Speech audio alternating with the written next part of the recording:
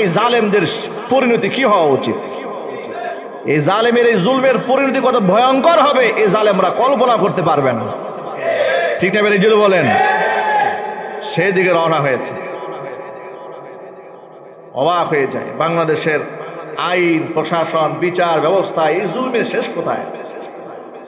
মহান আল্লাহ পাক যেন আমাদেরকে একটা ইনসাফ ভিত্তিক রাষ্ট্র গঠন করার তৌফিক দান করেন। অনেকেই ভয়ে কথা বলে না, চুপচাপ থাকে। আপনি কয়দিন ভয় পাবেন? কয়দিন ভয় পেতে পেতে এই ভয়ে গোটা জাতিকে ধ্বংসের দ্বার প্রান্তে পৌঁছায় দিবে। বেশি ভয় পাবেন, গোটা জাতি হয়ে যাবে গোলাম। মাথা চারা দিয়ে দাঁড়াতে পারবেন না, কথাই বলতে পারবেন না।